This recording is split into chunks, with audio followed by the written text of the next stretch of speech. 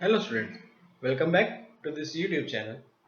Today in this part of video we'll be continuing with the chapter of SP, chapter number 1, issue of share. Until now we have covered about the introduction of issue of share, types of shares issuance, then application of share application, share allotment, classification of shares, classification of groups, and so on. So today we'll continue with legal restrictions and provisions on share allotment. Means अभी तक हमने जो introduction देखा कि share कितनी तरह के होते हैं, कौन कौन से तीन मेन प्रोविजन थे जिनको फॉलो करके शेयर इशुएंस और चालू कर सकती है कोई प्रोसेस, कोई company, share application, share allotment process, pro rata allotments, share के अलग अलग सीलिंग टाइप्स, वो सब देखने के बाद अब हम आते हैं legal restrictions and provisions on share allotment. Certain restrictions are imposed on allotment of share under the Companies Act 2013. Companies Act 2013 के अंदर certain rules regulation, certain provisions है जो सेबी को भी सेबी के अंडर आते हैं और दोनों के अंदर आते हैं, फॉलो करने पड़ते हैं. क्या क्या फॉलो करना पड़ता है कंपनी को? First is a company can not issue share at discount in public issue. Can not issue share at a discount in public issue. Public issue में आप शेयर डिस्काउंट पे इशू नहीं कर सकते. डिस्काउंट पे इशू करने का मतलब होता है कि अगर 100 रुपीज की फेस वैल्यू शेयर है, नॉमिनल रुपीज 100 रुपीज है शेयर की, तो आप 100 की जगह 99, 95 या 90 रुपीज में नहीं सेल कर सकते publicly. You can not issue share in discount publicly. Second, minimum of 10% share issued will be reserve for retail investor. ये हमने पहले भी देखा था. Minimum of 10% would be for retail investor. Generally ज्यादा ही रखती है कंपनीज, लेकिन still minimum 10% would be for retail investor. Retail investor means investors like us, जो नॉर्मल इन्वेस्टर्स है. क्लियर? एक होता है रिटेल इन्वेस्टर, फिर होता है हाई नेटवर्थ इन्वेस्टर्स, एक इंस्टीट्यूशनल इन्वेस्टर होता है, एक एम्प्लॉयज होता है. तो इंस्टीट्यूशंस या एम्प्लॉयज को ना देखे या हाई नेटवर्थ इंडिविजुअल्स को ना देखे 10% मिनिमम रिटेल इन्वेस्टर के लिए सेव करना रखना पड़ता है. All type of investors have to make application through ASBA process. सभी सारी एप्लीकेशंस बैंक के कंपनी के पास ASBA प्रोसेस के थ्रू आनी चाहिए. Application supported blocked amount money. Clear? Entire process of public issue including opening of subscription, accepting applications, allotment of share, listing of share on recognized stock exchange is to be completed within 10 days. जो भी process है पूरी company के अंदर वो with in 10 days complete हो जानी चाहिए. सब्सक्रिप्शन ओपन करने से लेके एप्लीकेशन रिसीव करने तक, शेयर्स को लिस्ट कराना. अब शेयर की लिस्टिंग कब होगी? जब आप अलॉटमेंट कर दोगे. तो अलॉटमेंट के बाद शेयर की लिस्टिंग, स्टॉक एक्सचेंज, पूरी प्रोसेस 10 दिन के अंदर कंटिन्यू कंप्लीट हो जानी चाहिए. और उसके बाद ही शेयर्स जो है वो रिकॉग्नाइज्ड स्टॉक एक्सचेंज जहाँ पे लिस्टिंग हुई है वहाँ पे ट्रेडिंग के लिए अलाउड होंगे. Clear? Demat account is compulsory, that is for sure. Nowadays demat is the only option for application of shares. So demat account is compulsory. Earlier क्या होता था कि डीमेट अकाउंट भी होता था और फिजिकल शेयर्स भी होता था, तो फिजिकल शेयर्स कुरियर भी जाते, लेकिन अब क्या है कि डीमेट ही एक ऑप्शन है, तो डीमेट अकाउंट कंपल्सरी हो ही चुका है. At least 90% of the share issued which are not underwritten must be subscribed. The company cannot issue share application received are less than 90%. ये हमने पहले बात की थी, मिनिमम सब्सक्रिप्शन की बात की थी. मतलब अगर 100 शेयर सेलिंग के लिए रखे हैं तो मिनिमम 90 शेयर्स के लिए उनके पास एप्लीकेशंस आनी चाहिए. That is 90% of share. So minimum 90% share issue होने ही चाहिए. That is known as minimum subscription. Companies required to issue shares through book building process if certain criteria laid down by SEBI are fulfilled by the company. अगर SEBI की तरह कुछ process जो criteria अगर वो उस कंपनी क्राइटेरिया में आती है तो बुक बिल्डिंग प्रोसेस के थ्रू कंपनी को शेयर इश्यू करने पड़ेंगे. Clear? Next is if share are issued at fixed price decided in advance, the company must get prospectus sanctioned by SEBI, and if shares are issued through book building process, the company must get red herring prospectus sanctioned by SEBI. अगर company ने पहले से ही सोच रखा है कि हम fix price पे ही शेयर इशू करेंगे तो उसको उस अकॉर्डिंग सेबी से प्रॉस्पेक्टस सैंक्शन कराना होता है. और कंपनी अगर सोचती है कि हम बुक बिल्डिंग प्रोसेस से करेंगे तो उसके लिए एक रेड हेरिंग प्रॉस्पेक्टस सेबी से सैंक्शन करना पड़ता है. अब बुक बिल्डिंग प्रोसेस में क्या होता है कि वो प्राइस डिसाइडेड नहीं होती शेयर की, जिस हिसाब से एप्लीकेशन आएगी और उस हिसाब से वो प्राइसेस फिक्स करते हैं, तो उसको रेड हेरिंग प्रॉस्पेक्टस कहते हैं. Minimum of 5% of face value of share of और the amount decided by SEBI must be called up as share application money. Minimum 5%. अगर 10 रुपीज का शेयर है तो 50 पैसे, 100 रुपीज का शेयर है तो 5 रुपीज, ₹1000 का शेयर है तो 50 रुपीज मिनिमम शेयर की फेस वैल्यू का 5%, शेयर की फेस वैल्यू का 5% मिनिमम आपको एप्लीकेशन के टाइम पे लेना पड़ेगा as a share application money. Clear? Company must enter into recognised stock agreement with recognised stock exchange, ये तो है ही सही कि लिस्टिंग करनी होगी रिकॉग्नाइज्ड स्टॉक एक्सचेंज पे, एनएसई या बीएसई पे और भी अदर 20 एक्सचेंजेस है, उसके साथ एग्रीमेंट में जाना पड़ेगा। तो वो यही है कि कंपलसरी एग्रीमेंट करना पड़ेगा, उसके बाद ही शेयर पॉसिबल होगा लिस्ट करना या इशू करना। Company must enter into agreement with respective depository company to credit the share allotted, ये भी फैक्ट है कि जिनके थ्रू शेयर अलॉट करने हैं उनके साथ भी कॉन्ट्रैक्ट करना पड़ेगा, एक एग्रीमेंट करना पड़ेगा डिपॉजिटरी के साथ, डिपॉजिटरी पार्टिसिपेंट्स के साथ, तो वो ही तो हमारे डीमेट अकाउंट में शेयर क्रेडिट करेंगे, तो ये भी कंप्लीट है। Then minimum subscription and effects must be disclose, minimum subscription जो है वो डिस्क्लोज होना चाहिए कि 90% हो है, लेकिन सबको पता है कि मिनिमम सब्सक्रिप्शन 90% होता है, लेकिन उसके लिए कंपनी को अपने सब्सक्राइब शेयर्स और इशू शेयर्स बताने पड़ेंगे कि हमने यहाँ 10,000 शेयर्स इश्यूज के लिए रखे हैं, ऑफर के लिए रखे हैं, तो उसका 90% 9,000 शेयर्स के लिए एप्लीकेशन आनी जरूरी है, it should be disclosed in the prospectus. Company must have minimum net worth as prescribed by SEBI for making public issue. SEBI के अकॉर्डिंग एक मिनिमम नेट वर्थ होनी चाहिए कंपनी की, कोई भी पब्लिक कंपनी को शेयर इशू करने के लिए वो मिनिमम नेट वर्थ अवेलेबल होनी चाहिए। And if promoters have also purchased share in public issue, they cannot sell such share for certain period as prescribed by SEBI. This is known as lock-in period. Sweat issue of share में हमने पढ़ा था lock-in period। Same यही कि अगर public issue के अंदर से प्रमोटर्स जो है कंपनी के, जिन्होंने कंपनी स्टार्ट करी थी, अगर वो शेयर्स परचेज करते हैं पब्लिक इशू में से, तो उनको एक लॉकिंग पीरियड मिल जाएगा, वो कुछ टाइम तक जो सेबी कहेगा 1 ईयर 2 ईयर और 3 ईयर, उस टाइम पीरियड तक वो सेल नहीं कर सकते वो शेयर्स को। Clear? So this was the rules and regulations और we can say provisions for issuance of shares under company secretary allotment of share under company secretary of SEBI। Next is irregular और illegal allotment of share. सबसे पहले जानते हैं meaning क्या होता है irregular और इलीगल अलॉटमेंट ऑफ शेयर का। Irregular allotment of share is when shares are allotted without fulfilling statutory provisions and restrictions। जब कोई रूल्स या रेगुलेशन या जो स्टैट्यूटरी कॉम्प्लायंस है, प्रोविजंस है, उसको फुलफिल करे बिना शेयर्स का अलॉटमेंट हो चुका होगा या कर दिया, तो उसे हम कहते हैं इरेगुलर अलॉटमेंट, उससे हम कहते हैं इरेगुलर अलॉटमेंट। कैसे कैसे इरेगुलर अलॉटमेंट होता है? Without minimum subscription share allot कर दिए, 10,000 शेयर इशू के लिए रखे थे, 9,000 अकॉर्डिंग टू 90% 9,000 एप्लीकेशन आनी चाहिए, लेकिन सपोज 8,800 एप्लीकेशन ही आई, तो वो शेयर इशू कैंसिल होना चाहिए था, लेकिन उन्होंने शेयर इशू कैंसिल करे बिना ही शेयर अलॉट कर दिए। So this is irregular allotment, this is irregular allotment, share allotted without receiving minimum subscription. Then copy of prospectus is not filed, prospectus को रजिस्ट्रार ऑफ कंपनीज या SEBI's के पास file ही नहीं करा है, उसको वेरीफाई नहीं करा है, सैंक्शन नहीं करा है प्रोस्पेक्टस को। Okay, minimum 5% of face value of share और the amount decided by SEBI is not written. जो एप्लीकेशन का फेस वैल्यू पर 5% एप्लीकेशन के टाइम पे लेना चाहिए, वो मिनिमम 5% लिया नहीं। सपोज 100 रुपीज का शेयर था, मिनिमम 5 रुपीज आपको कॉल करने चाहिए at the time of share application, पर कंपनी ने 3 रुपए ही कॉल किए, सो वो इरेगुलर अलॉटमेंट हो जाएगा। Escrow bank account is not open, ASBA process के थ्रू पैसे नहीं लिए, एस्को बैंक अकाउंट नहीं ओपन किया शेड्यूल बैंक के साथ, तो इरेगुलर अलॉटमेंट हो जाएगा। Listing agreement is not wed with stock exchange, recognise stock exchange के साथ एग्रीमेंट करना भूल गई कंपनियां, नहीं किया है, तो इरेगुलर अलॉटमेंट हो जाएगा। डिपॉजिटरी के साथ एग्रीमेंट नहीं हुआ शेयर क्रेडिट करने के लिए, तो इरेगुलर अलॉटमेंट हो जाएगा।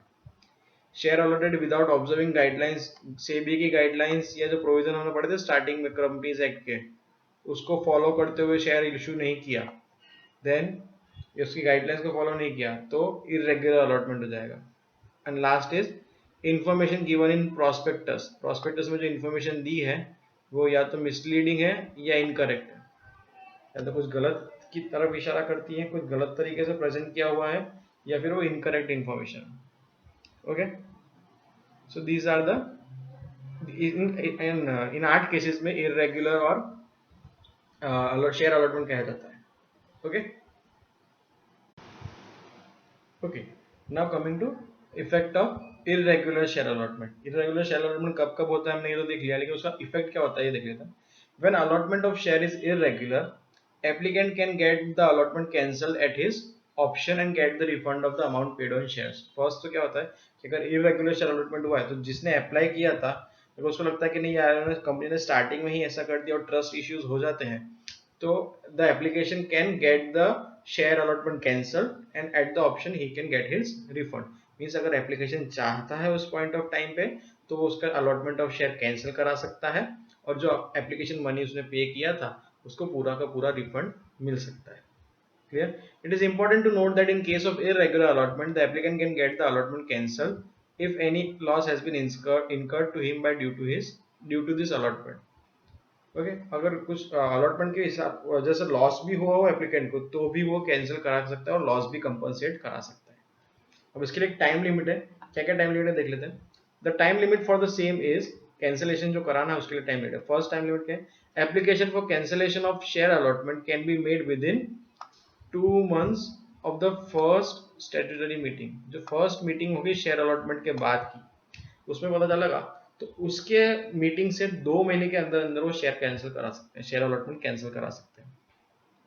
या फिर with in 2 months of allotment of share if allotment was done after first statutory meeting. अगर मीटिंग के बाद अलॉटमेंट हुआ है, जनरली अलॉटमेंट के बाद ही मीटिंग होती है, लेकिन किसी केस में मीटिंग के बाद अलॉटमेंट हुआ हो तो अलॉटमेंट से 2 months means whichever is later 2 months from that. If meeting is first conducted and allotment is done, then 2 months from allotment.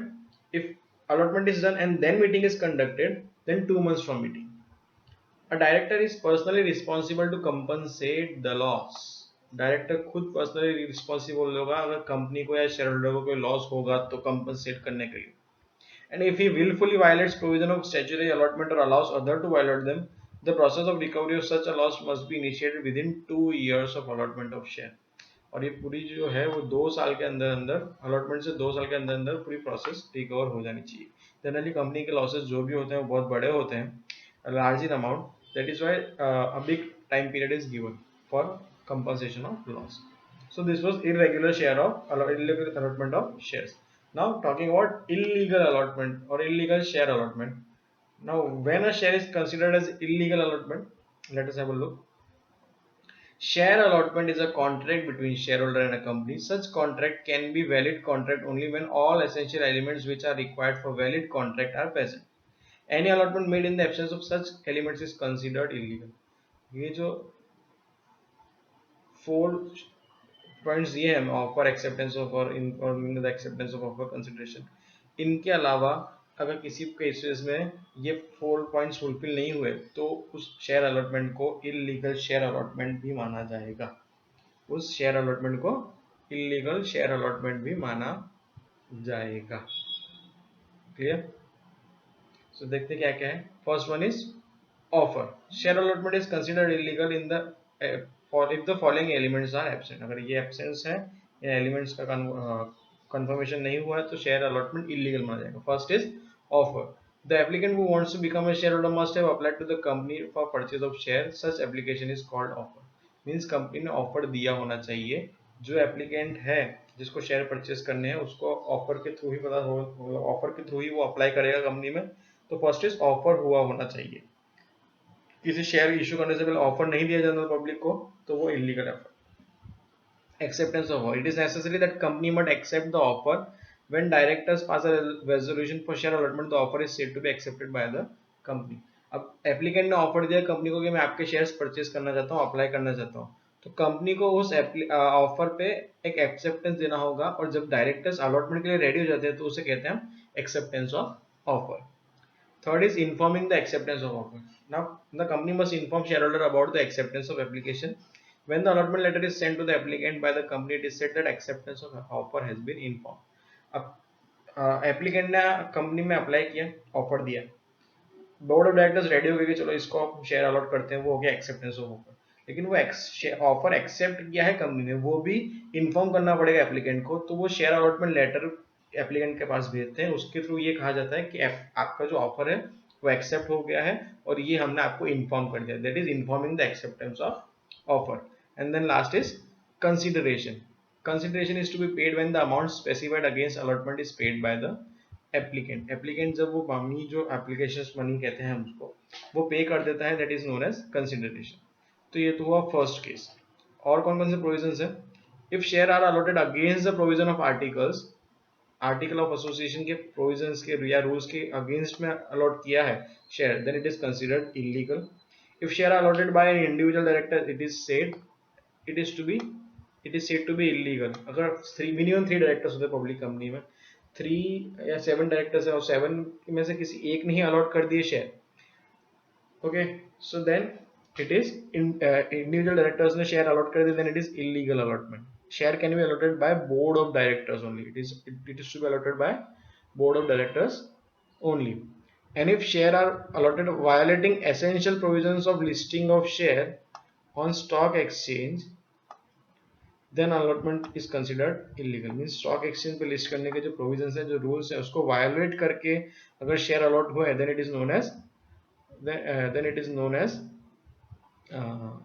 illegal share allotment. It is known as illegal share allotment. Illegal share allotment is void from the beginning. Illegal share allotment है जो starting से ही cancel होता है, void होता है. No application is required to be made to consider it is illegal. Share allotment is illegal when provisions under the Companies Act or other act have been violated. Irregular share allotment क्या option था कि अगर applicant चाहता है तो उसको cancel करा सकता है, लेकिन इलीगल तो स्टार्टिंग से ही कैंसिल है, एप्लीकेंट को कोई चीज में एप्लीकेशन देने की जरूरत नहीं है। Now difference between irregular and illegal allotment of share. Irregular share allotment made by violating provisions of Companies Act regarding regular share allotment is called irregular. Share allotment made by violating provisions of lawful contract under Indian Contract Act and provisions of legal share allotment under Companies Act is called illegal. Means अगर regular share allotment के जो rules है उसको violet करके कोई allotment हुआ है तो वो इरेगुलर है, लेकिन कॉन्ट्रैक्ट एक्ट के रूल या फिर कंपनीज के एक्ट के लीगल रूल्स को वायलेट करके कोई शेयर अलॉटमेंट हुआ, that is illegal share allotment. Circumstances क्या है कि शेयर अलॉटमेंट बिकम्स इरेगुलर, कब अलॉटमेंट इरेगुलर हो जाता है? When it is prospectus register करने से पहले अलॉट कर दिया, मिनिमम सब्सक्रिप्शन के बिना अलॉट कर दिया, या एप्लीकेशन मनी रिफंड करनी जरूरत नहीं थी या कम लेके अलॉट कर दिया, then it is share irregular allotment. But when it is while for illegal allotment, when it is illegal, when offer is not met, public को ऑफर नहीं मिला या एक्सेप्टेंस नहीं आया या एक्सेप्टेंस को इन्फॉर्म नहीं किया, then it is illegal allotment. Effect क्या है? Irregular allotment is voidable. जो इरेगुलर अलॉटमेंट होता है वो वॉइडेबल होता है, मींस अगर एप्लीकेंट चाहे तो उसको कैंसिल कर सकता है या कंटिन्यू कर सकता है, while illegal is void from beginning, means starting से ही कैंसिल है, उसको कोई स्टेप लेने की जरूरत नहीं है, वो स्टार्टिंग से ट्रांजैक्शन ही पूरा कैंसिल काउंट किया जाएगा, ओके। जबकि इरेगुलर में टाइम लिमिट है, उस टाइम लिमिट के पहले उसको एक्ट करना होगा अगर उसको कैंसिल कराना है तो। Effect on membership. Membership ends by eliminating name of shareholder from the register of members if share allotment is considered void respect to irregular shareholder। अगर आप कैंसिल कराते हैं आपकी एप्लीकेशन देके तो वो आपका मेंबरशिप रजिस्टर में से नाम हटा दिया जाएगा और आपकी मेंबरशिप खत्म कर दी जाएगी। और इलीगल में तो मेंबरशिप का कोई क्वेश्चन ही नहीं बनता, क्योंकि स्टार्टिंग से ही वो एग्रीमेंट या वो कॉन्ट्रैक्ट वॉइड है, तो कोई मेंबरशिप दी ही नहीं होगी और कोई मेंबरशिप मिलेगी नहीं। Liability. Responsible officer of the company for irregular allotment are liable to compensate the loss. जो रिस्पॉन्सिबल ऑफर जिनकी जैसे इरेगुलर अलॉटमेंट हुआ है उसको लॉस कंपनसेट करना पड़ेगा, okay. No such steps are required to be taken under illegal allotment of share, there is no contract. Illegal allotment में कोई कॉन्ट्रैक्ट हुआ ही नहीं है तो कोई ऐसे शेयर्स लेने की जरूरत, ऐसे स्टेप्स लेने की जरूरत नहीं है। So today we have learned about the provisions and irregular and illegal allotment of share. In the next part of the video we will try to learn about renunciation of share. Till then, stay home, stay safe, happy learning.